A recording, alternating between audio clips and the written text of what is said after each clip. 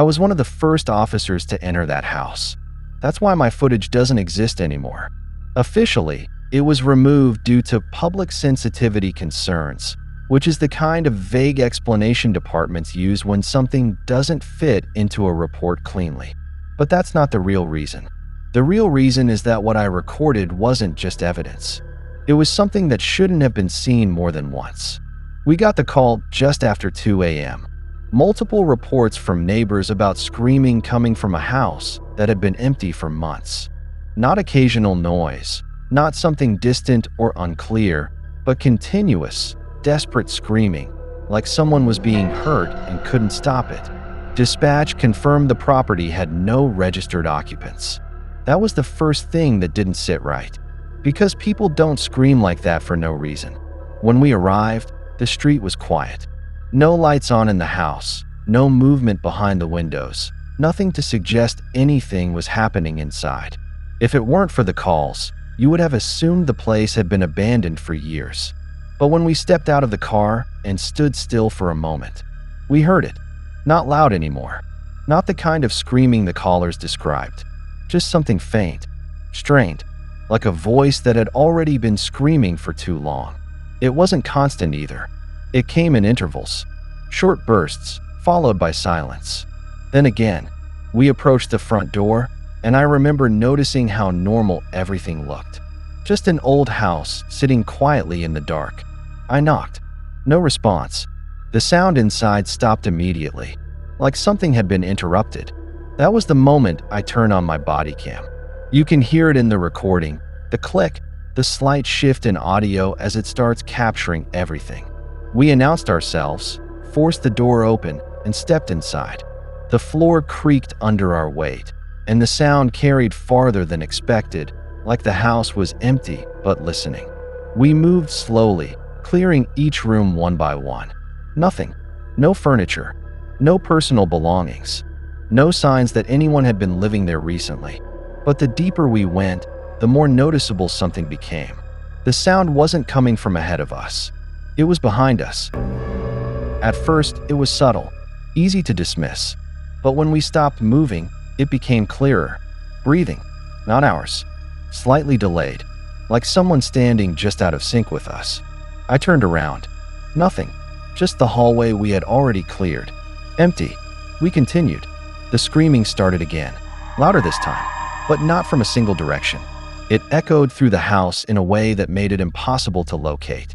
It sounded like it was coming from every room at once, overlapping, slightly out of alignment, like multiple recordings playing at once. One of the officers called it in, requested backup. His voice sounded smaller than it should have. The house seemed to absorb it. We reached the staircase. That's when the audio changed. If you listen to the footage, you'll hear it. The screaming doesn't stop. It aligns. It becomes one voice. Clear. Focused. And it's coming from upstairs. We started moving up. Each step made more noise than it should have.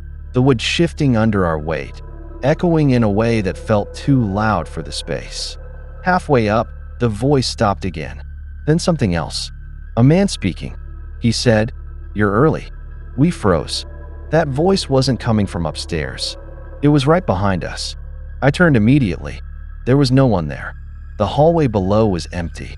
But the body cam picked something up that I didn't notice at the time. When we reviewed the footage later, we saw it. A shape, standing at the bottom of the stairs, watching us. I didn't see it then. I wish I had. Maybe I would have left. But we kept going. At the top of the stairs, there was only one door. Closed. The voice came again. From inside the room this time. He said, "You shouldn't interrupt something like this." No panic. No urgency. Just mild annoyance. Like we had walked into the middle of something scheduled. We opened the door. The room was completely empty. No furniture. No windows.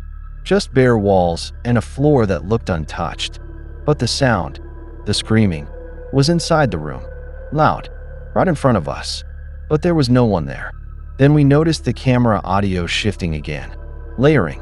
Like the sound wasn't coming from the room, but from the recording itself. From the body cam. One of the officers stepped back, said something I couldn't hear clearly. And then the voice spoke again. closer than before.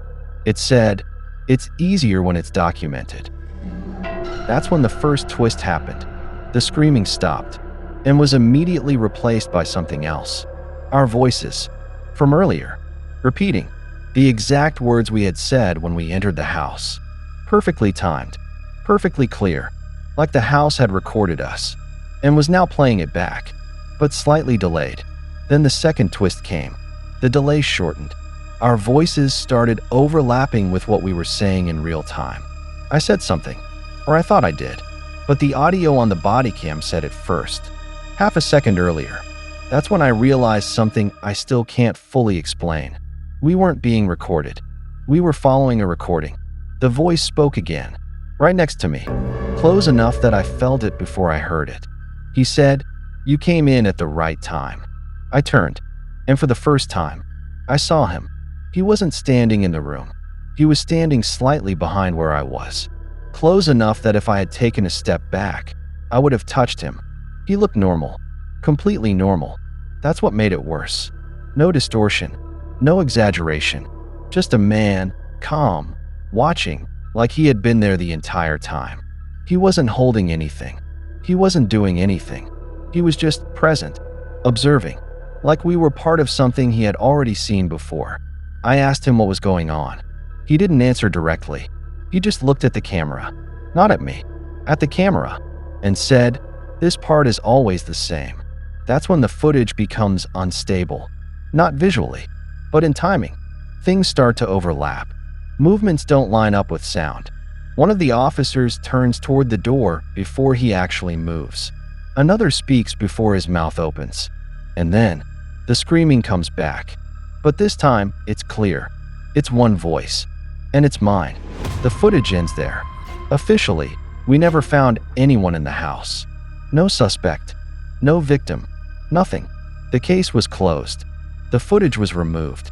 And we were told not to discuss it. But there's something I haven't told anyone. Something that didn't happen on the footage. Something that happened after. When I got home that night, I took off my gear, set everything down, and sat in silence for a while, trying to process what I had seen. My body cam was off. At least, I thought it was. But when I checked it later, there was one more file. From inside that room. The empty one. The camera was placed at an angle I don't remember setting, facing the center of the room. And someone was standing there, not moving, just looking directly into the camera. It took me a few seconds to recognize who it was, because it was me, standing there, perfectly still, watching. Then, slowly, the version of me in the footage leaned closer to the camera and said, quietly, like he didn't want to be heard outside the room, "You don't remember leaving either." The video ended. I checked the timestamp. It didn't exist. And the part that I haven't been able to explain since is that I don't remember leaving that house. I remember entering. I remember the stairs. I remember the room. But after that, nothing. Just a gap. And sometimes, late at night, when everything is quiet, I hear it again. Not screaming. Not voices. Just breathing. Slightly out of sync with mine. Like something is standing just behind me, waiting for the recording to catch up.